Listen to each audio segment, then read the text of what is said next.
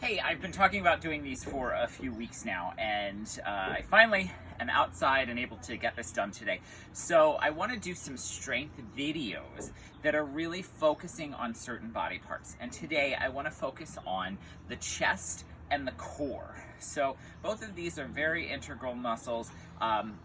And especially the chest is one of the bigger muscle groups we have in our body, and the core is not exactly abs. We do a lot of thinking about abs, but the core is actually something more. It supports the rest of our movement. So core goes all the way around, and it wraps us both front and back. So we want to think of our glutes semi as part of the core. They're also their own little leg muscle group, but they all work together. So we're going to be working both the chest and the core. I'm going to give you some options with each exercise, and then we also will be going through one round of these. I am going to ask that you do 3 rounds of this on your own. So the first thing that we're going to do is something that most everybody already knows, okay? It is a push-up.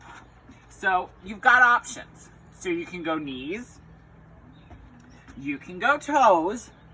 You can also tuck in and put knees underneath the hips and hands underneath the shoulders and do push-ups here.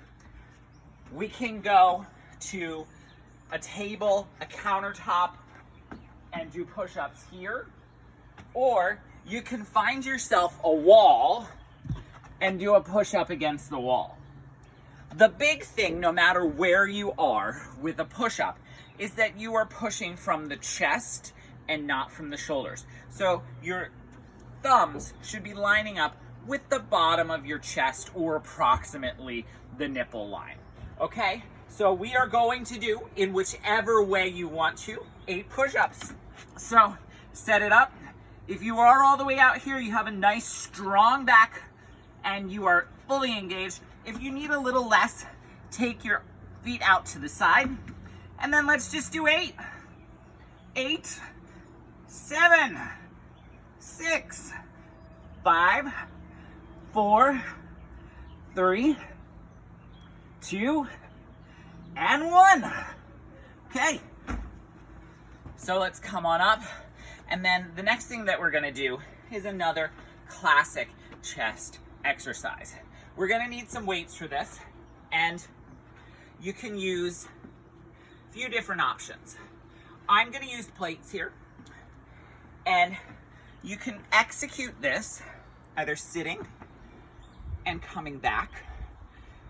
It's a chest fly, so this is probably the most accessible way to do it. We want to be squeezing though in front of the chest and not over the shoulders, okay? The place that I really like to do this is down on the ground. So flat back, again, we're gonna start this out, and I want you to come down and then squeeze up through everything and then squeeze down. So as we come up, we're engaging the muscles, but we also keep them there as we come down. So I'm 3 in at this point.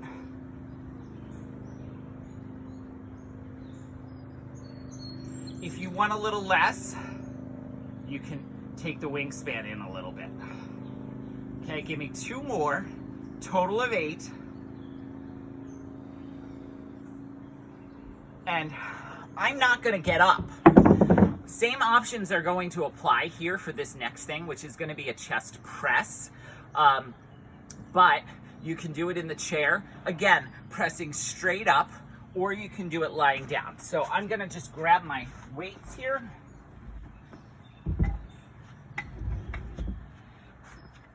Again, if you're down on the ground, keep that back and that core nice and engaged.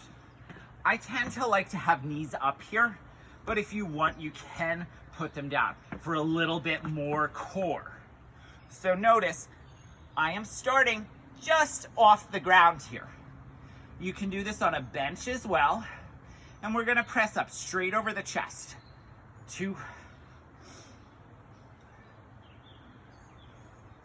4, 5, 6, 6, 7, and 8. Again, let me just show you real quick as we do this in the chair so that you have that option.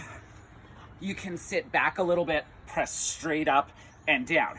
That's going to be more of an incline chest press, but it's going to allow you to take a little bit of the edge off of that. Again, you're using the right weights there for yourself. Okay, so let's also look now at some core stuff. So one of my favorite core things, and it's so basic, is going to be the bird dog. And it's exactly what you'd think it is. So that same push-up position that I offered you, which is going to be hands and wrists under shoulders and knees under your hips. I want you to think about getting into that and feeling nice and strong through your core, okay? That is the really big part of this, is that you are working your core here. As you feel strong, think about if someone came in, grandkids, dog, goat if you're into yoga, came and sat on your back. Would you go, oh? No. I want you to really be able to hold them up. Another thing, you might tick under the toes. So you might feel the toes underneath to give you a little more tension if you need that. So what we're going to do is we're going to work contralaterally on opposite sides of the body. And we're going to reach out and then pull back in. And reach out and pull back in. So when I reach out, again, if you came and you tried to push down on my arm and my leg, you're not going to be able to do that. So it's going to take some effort. Okay, you're nice and solid. I'm halfway through here. Now again, we don't want to rotate the hips too much. We want to feel our core working for us. 2 and 1. Here's the great part of this. We've got 2 sides here. I'm going to give you another option just in case you want it. So you're going to reach out, bring it back in. Reach out. And when we bring it back in, we are bringing it back in. We aren't just letting it collapse. 4 more. Reach and down. Reach and down. Give me 1 more. Okay. You guys can rest a little bit if you want to.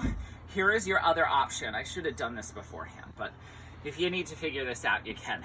So I'm gonna lean in a little bit and I'm gonna keep my chair right in front of me and I'm going to reach here and pull in, okay? So I'm still getting the same thing, but I've got a little more leverage on this. So again, it's still contralateral, but I'm just doing it standing. You can also, if you need to, step back here, reach, step back in, step back, reach, also an option. Lots of modifications. The big part is that we are engaging those muscles a little bit more. And then my final thing for core, I'm gonna start doing in the chair. So I'm gonna take a heavier weight. It's not too heavy, but enough that I can handle it. I'm gonna sit up nice and tall. We've done this in class a little bit. I'm gonna sit back with a long back and go from side to side. This is a modified Russian twist. So you can do that here, or you can kind of start here, sit up, and come from side to side. So each one of these counts as a rep. So both directions. I'm now 4 in. Listen, do I need anything? No. Also a modification that you can make.